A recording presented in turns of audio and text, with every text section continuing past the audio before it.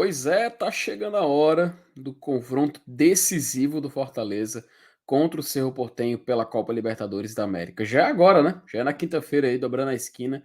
E a gente já começa aqui o aquecimento para essa partida. A gente sabe, né? O dia de amanhã tem tudo para ser muito tenso, tem tudo para ser muito decisivo para a temporada do Fortaleza. Afinal, a gente sabe se vai para a Sul-Americana, se vai para Libertadores. Se for para Libertadores, a gente recebe quase 20 milhões. Se for para a Sul, uma quantia um tanto quanto menor, para não falar outra coisa.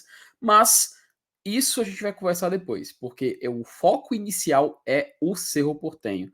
O Cerro jogou já na semana, já aguarda o confronto com Fortaleza, assim como também a gente está aguardando o confronto contra eles. Então a gente já pode conversar aqui como está o Cerro Porteño desde a última vez que a gente se enfrentou ali na Arena Castelão, né? Então acho que é importante a gente trazer aqui, conversar um pouco sobre como o time de Facundo Savas está se preparando para esse confronto e a gente poder conversar no GT tudo sobre o jogo lá no Laola, no Paraguai. Então, para não perder tempo e a gente já começar o vídeo de hoje, eu vou chamar aqui a vinheta para a gente poder dar início a mais esse vídeo aqui no Glória e Tradição.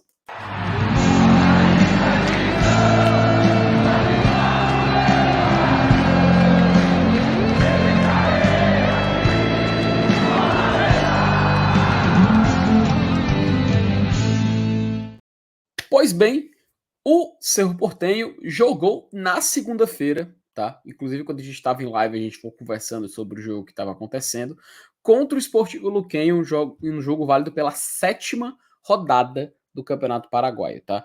E assim, o Cerro Porteño, não sei se vocês têm conhecimento, se vocês sabem. Opa, já adiantei aqui que eu ia mostrar. Eu não sei se vocês sabem ou têm conhecimento, mas ele está invicto desde outubro, né?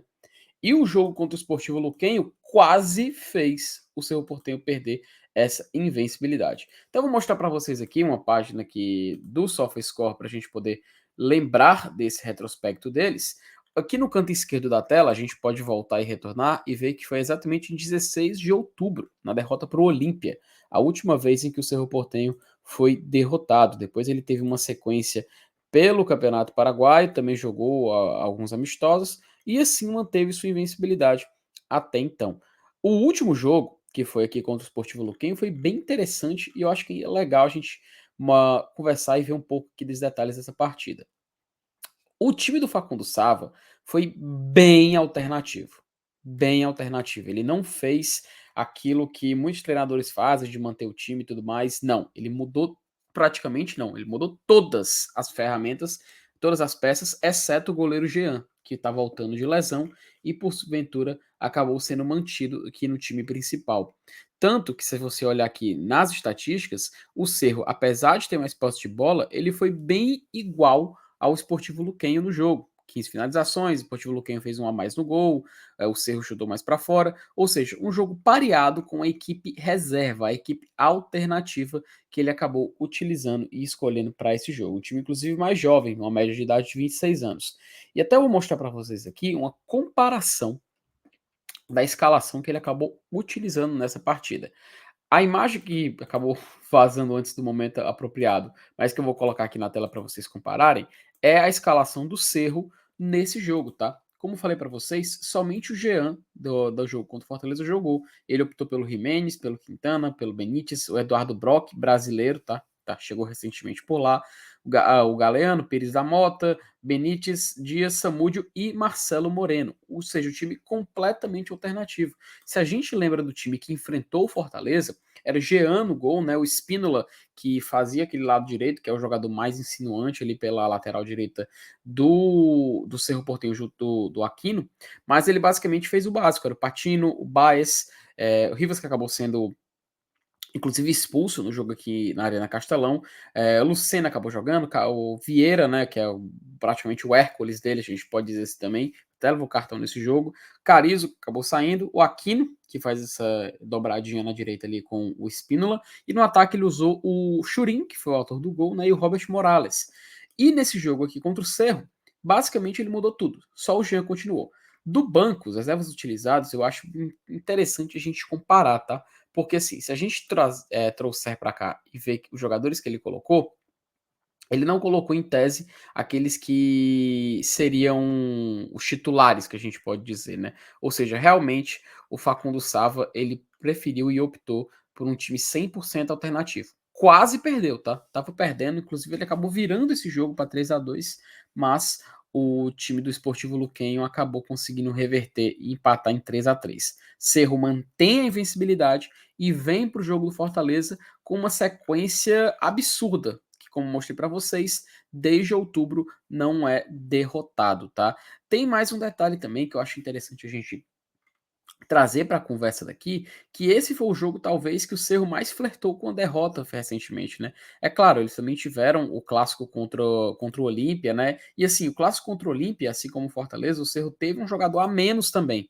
O Cerro também teve um jogador expulso naquela oportunidade, no caso foi o goleiro Miguel Martinez, que sinceramente não tem mínima chance, né? Ele com o Jean estando 100%, dele acabar atuando nessa partida, mas é interessante a gente ver e comparar nessa situação de jogo. Até porque o jogo contra o Olímpia, o Cerro estava ganhando por 2-0. E aí o Olímpia teve que correr atrás do placar. Tá? Inclusive, ele conseguiu correr atrás do placar justo quando teve a expulsão lá no time do Cerro Porteño, quando o Miguel Martinez acabou saindo. Assim, comparando com o jogo do Fortaleza aqui na Arena Castelão, também quando a gente estava com um jogador a mais, foi que o Cerro ficou mais exposto, né? Então, a gente vê que realmente existem histórias similares nesse roteiro que acabou acontecendo. Só para mostrar para vocês aqui, para desencargo de consciências, e que vocês já viram aqui a escalação desse jogo, mas só para comparar com o do jogo do Fortaleza, tá? Para vocês verem aqui como realmente é um time completamente diferente e mesmo só mudou uma peça. Então, a gente já tem essa expectativa, o Cerro pode muito bem fazer o que vem fazendo, inclusive no Campeonato Paraguaio, em jogos assim de mais exigência técnica, ele tende a esperar mais ao adversário, então cabe ao Fortaleza ter inteligência, porque o Cerro, assim como fez aqui na Arena Castelão, vai esperar uma bola. Ele tem a vantagem, ele não tem a obrigação de sair para o jogo. A gente sabe que o Cerro Porteño, inclusive, nas suas últimas vitórias, sempre foi pelo placar mínimo, pela diferença de um gol. Acho que a última, assim, a última partida que ele fez 3 gols de fato foi no ano passado. Desde então ele não teve uma partida em que ele fez. Aliás, tirando o jogo contra o Sportivo Luquenho, que foi 3-3, né? Mas com exceção dessa partida, desde o ano passado, né? Ele não. Desde acho que é novembro do ano passado, inclusive, ele não colecionava mais de 3 gols num jogo, 3 gols ou mais num jogo. Então a expectativa é exatamente essa, de a gente ver um Cerro que vai irritar da mesma forma, que vai esperar meio que Fortaleza tomar as rédeas iniciais, mas eles, como um time muito bem preparado e acostumado com Libertadores, já sabem o que fazer. Cabe a nós não cairmos nessa arapuca de novo, porque a gente sabe que custou no primeiro jogo a vitória. Custou um impossível empate também quando a gente estava com um a mais. E tudo que a gente não quer é ver um filme repetido acontecendo de novo na quinta-feira. Então, meus amigos, basicamente é isso. É só pra gente ver que realmente como está o Cerro Porteño para esse jogo da volta. É claro, eles vão ter o desfalque que acabou sendo a expulsão do Conde, mas de qualquer forma, nada muda daquela expectativa inicial de o Fortaleza tentar reverter o quanto antes. E a gente espera, pelo menos, ver um roteiro semelhante do que aconteceu contra o Colo-Colo, né? A gente lembra que Fortaleza e Colo-Colo, Fortaleza foi para cima, conseguiu, inclusive, iniciar abrindo o placar, e mesmo com toda a pressão, o Colo-Colo acabou tendo um jogador expulso, Fortaleza conseguiu ter mais calma no jogo. Se a gente conseguir um roteiro pelo menos parecido com esse, poxa, assina na hora e a gente fica na expectativa. Lembrando, tá? Vitória por 1 gol de diferença, a partida vai para os pênaltis, tá bem? Então acho que é mais uma preocupação também, mais um ponto que a gente tem que colocar aqui à discussão e tentar resolver essa parada no tempo normal, ok? Então, galera, se inscreva no nosso canal, compartilhe o vídeo com seus amigos. Mais tarde a gente tem pré-jogo aqui no Glória e Tradição, campinho, escalação, tudo mais, tudo que você já está acostumado. E amanhã a gente faz todo o esquema, esquenta, pós-jogo, tudo mais, que você já conhece aqui do Glória e Tradição, para essa partida decisiva de Copa Libertadores da América, ok? Então, meus amigos, como de costume e como sempre digo, até mais.